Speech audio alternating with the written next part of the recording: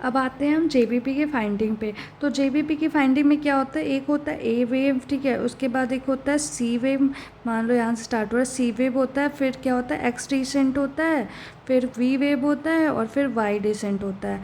तो ये हो गया एक्स, और ये हो गया वाई, और ये हो गया वी, ये हो गया सी, और ये होगा सी, ठीक है। तो ये जो ए होता है ये किसके कारण होता है, तो ए जो होता है ये होता है आर्ट्रियल कॉन्ट्रैक्शन के कारण, ठीक है। आर्ट्रियम जब कॉन्ट्रैक्ट करती है तो ये ए होता है। सी जो होता है वो जब आइसोवॉल्यूमिक कॉन्ट्रैक्शन होता है ना, आइसोवॉल्यूमिक कॉन्ट्रैक्शन में जो तुम्हारा ट्राइकस्पिड बल्ज मिलता है ना, वो ट्राइकस्पिड बल्ज के कारण तुम्हारा ये सी वेव मिलता है।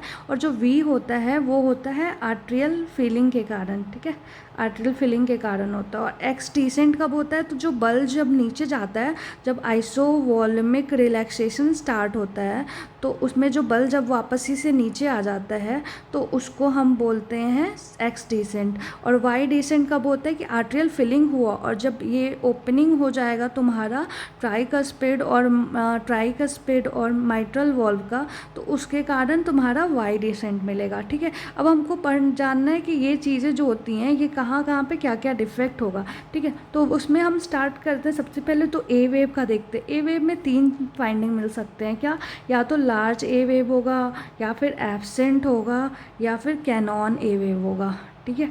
लार्ज ए वेव जो होता है वो पल्मोनरी आर्टरी हाइपरटेंशन में होता है। क्यों होता है, क्योंकि तुम्हारा लार्ज ए वेव ए जो था वो किसके कारण हो रहा था, आर्ट्रियल कॉन्ट्रैक्शन के कारण हो रहा था, ठीक है। अब आर्ट्रियल कॉन्ट्रैक्शन के कारण हो रहा था, तो अगर तुम्हारा ये हार्ट है और यहाँ पे तुम्हारा आर्ट्रियम जो है वो कॉन्ट्रैक्ट कर रहा है, और ये तुम्हारा यहाँ पे पल्मोनरी आर्टरी है, ठीक है। अगर मान लो किसी भी रीजन से पल्मोनरी आर्टरी हाइपरटेंशन है, तो यहाँ का बीपी ऑलरेडी बढ़ा हुआ है, ठीक है। तो यहाँ पे जो ब्लड जाएगा तो वो प्रॉपरली ब्लड का एम्प्टिंग नहीं हो पाएगा ना, तो इसके कारण तुम्हारा यहाँ पे जो प्रेशर है ये राइज करेगा, और यही जो होता है ये वॉल्यूम, जो ब्लड वॉल्यूम का जो कॉलम होता है ना उसमें ये राइज करेगा, ये दिखेगा।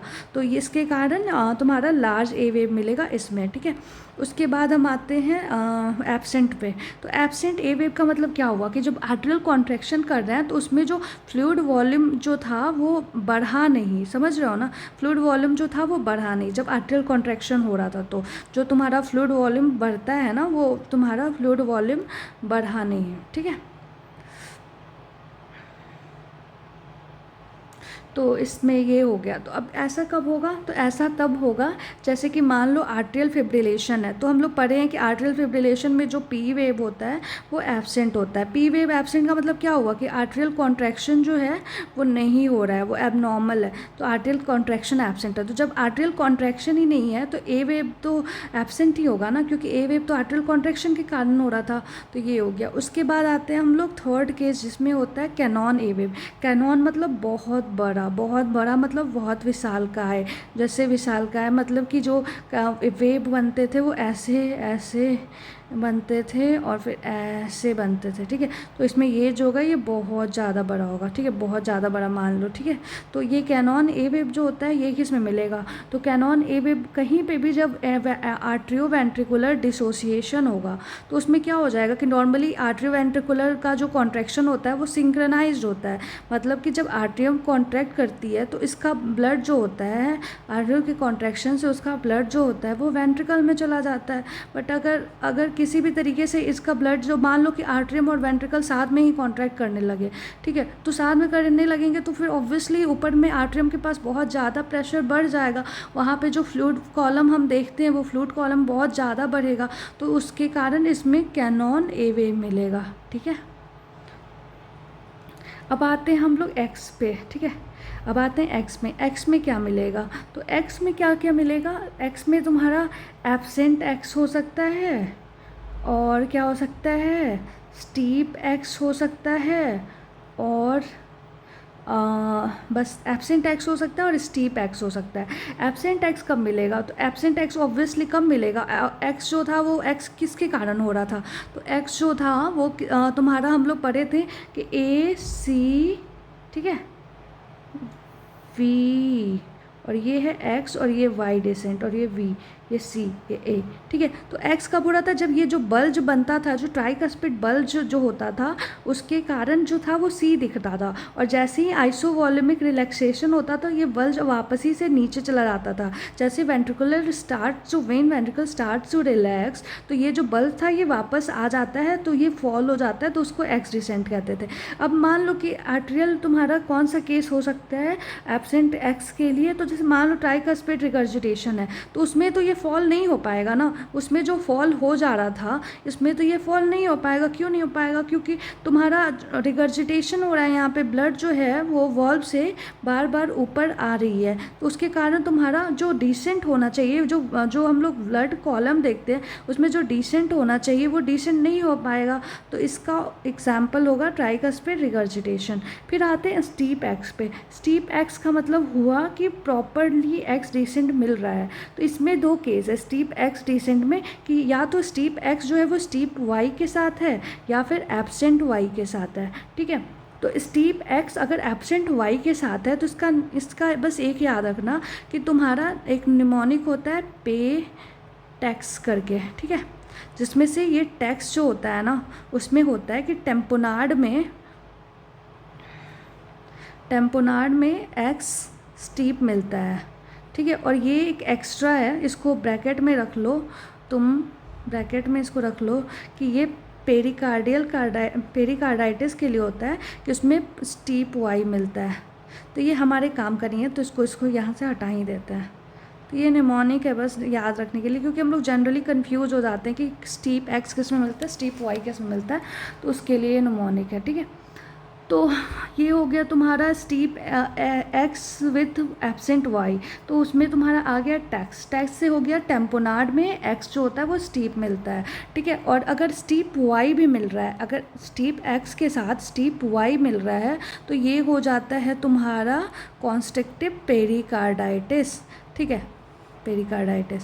तो इसमें अब मैंने निमोनिक बताया था तो पेरिकार्डाइटिस में वाई जो होगा वो कैसा होगा, वाई जो होगा वो स्टीप होगा, ठीक है, विथ एक्स ऑल्सो। तो ये हो गया तुम्हारा वाई का फाइंडिंग। अब आते हैं हम लोग एक्स भी हो गया वाई भी हो, कुछ स्मॉल साइन पे आते हैं, ठीक है, कुछ स्मॉल साइन पे आते हैं। तो कुछ स्मॉल साइन में क्या होता है ना कि ये जो जेबीपी के बारे में पढ़ रहे थे उसमें हम लोग क्या जुगलर वेनस पल्स पढ़ रहे थे। तो जो जेबीपी होता है ना वो मेनली हम लोग कहाँ पे देखते हैं, इंटरनल जुगलर वेन में देखते हैं, ठीक है, इंटरनल जुगलर वेन में देखते हैं। और इंटरनल जुगलर वेन का जो प्रेशर होता है ना वो एंगल ऑफ लुईस पे देखते हैं, वो कितना होता है 5 to 8 सेंटीमीटर ऑफ वाटर होता है, ठीक है। और ये पल्सेशन जो होता है वो हमेशा सीन होता है, नेवर फेल्ट, ठीक है। तो ये चीज़ें हो गई। अब इसमें क्या होता है ना कि जनरली जब भी जेबीपी में क्या होता है कि जेबीपी जो है वो क्या है, ये तुम्हारा जो हार्ट है, इसमें मान लो कि एक तो डायग्राम बहुत गंदा है तो प्लीज़ फॉरगिव मी, ठीक है, ये हो गया। तो यहाँ पे हम अपना फ्लूइड वॉल्यूम देखते हैं, फ्लूइड कॉलम में ये जो हमारा इंटरनल जुगुलर वेन में हम देख रहे हैं, ठीक है। तो यहाँ पे क्या होता है ना कि मान लो कि अगर केस जो है वो कॉन्स्ट्रिक्टिव पेरिकार्डाइटिस का है, पेरिकार्डाइटिस है, ठीक है। तो इसमें मान लो किसी भी तरीके से कैल्सिफिकेशन हो गया, मान लो ट्यूबरकुलोसिस का केस था और इसमें कैल्सिफिकेशन हो गया, तो इसका जो वॉल है उसके वॉल का क्या हो गया, वॉल का हार्डनिंग हो गया है।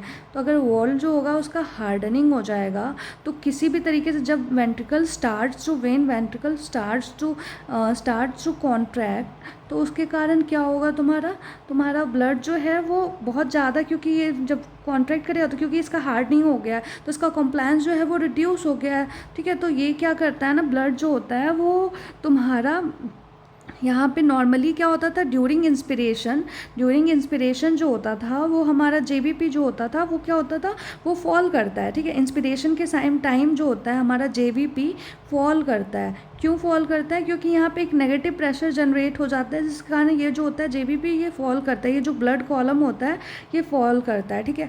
क्योंकि ये नेगेटिव प्रेशर तुम्हारा यहाँ पे जनरेट होता है तो ताकि उसको बोलते हैं, ठीक है। तो ये याद रखना। लेकिन यहाँ पे क्या होगा ना कि अगर जैसे कॉन्स्ट्रिक्टिव कॉन्स्ट्रिक्टिव पेरिकार्डाइटिस हो गया तो उसमें उसका वॉल का हार्डनिंग हो गया तो उसमें कुछ खास असर नहीं पड़ेगा। तो उसके कारण क्या होगा कि जब भी डीप इंस्पिरेशन करोगे ना तो यहाँ पे डीप इंस्पिरेशन में क्या होगा, जेबीपी जो होगा वो राइज करेगा, ठीक है। और किस किस केस में ऐसा कुछ स्मॉल साइन मिलता है, तो कुछ स्मॉल साइन जो होता है वो एक तो कॉन्स्ट्रिक्टिव पेरिकार्डाइटिस में मिलेगा जहाँ पे कैल्सिफिकेशन हो गया वॉल का, रेस्ट्रिक्टिव कार्डियोमायोपैथी हो गया उसमें मिलेगा जहाँ फाइब्रोसिस हो गया है, या फिर राइट साइड का CHF है तो उसमें भी तुम्हारा जैसे इन्फीरियर वॉल MI हो गया, तुम्हारा पल्मोनरी एम्बोलिज्म हो गया, या फिर तुम्हारा COPD का केस है, तो इन सब में क्या होगा, कुछ स्मॉल साइन पॉजिटिव। और ये जो जेबीपी हमें मिलता है ना नॉर्मल कंडीशन में, ये जेबीपी जो होता है वो हमेशा पल्सेटाइल होता है ना। अभी मैंने बोला ना कांट अभी पढ़ा था ना मैंने जेबीपी के बारे में कि जेबीपी जो होता है वो pulsation is seen only can't felt. तो ये जो जेबीपी जो होता है वो पल्सेटाइल होता है, बट क्या होता है कि कभी कभी कुछ कंडीशंस में जेबीपी जो होते हैं ना वो नॉन पल्सेटाइल होते हैं, नॉन पल्सेटाइल होते हैं। और नॉन पल्सेटाइल कहाँ कहाँ पे होंगे, तो नॉन पल्सेटाइल अगर एलिवेटेड जेबीपी मिल रहा है तो ये कब मिलेगा, तो ये मिल सकता है तुम्हारा कार्डियक टेम्पोनार्ड में और एसवीसी में।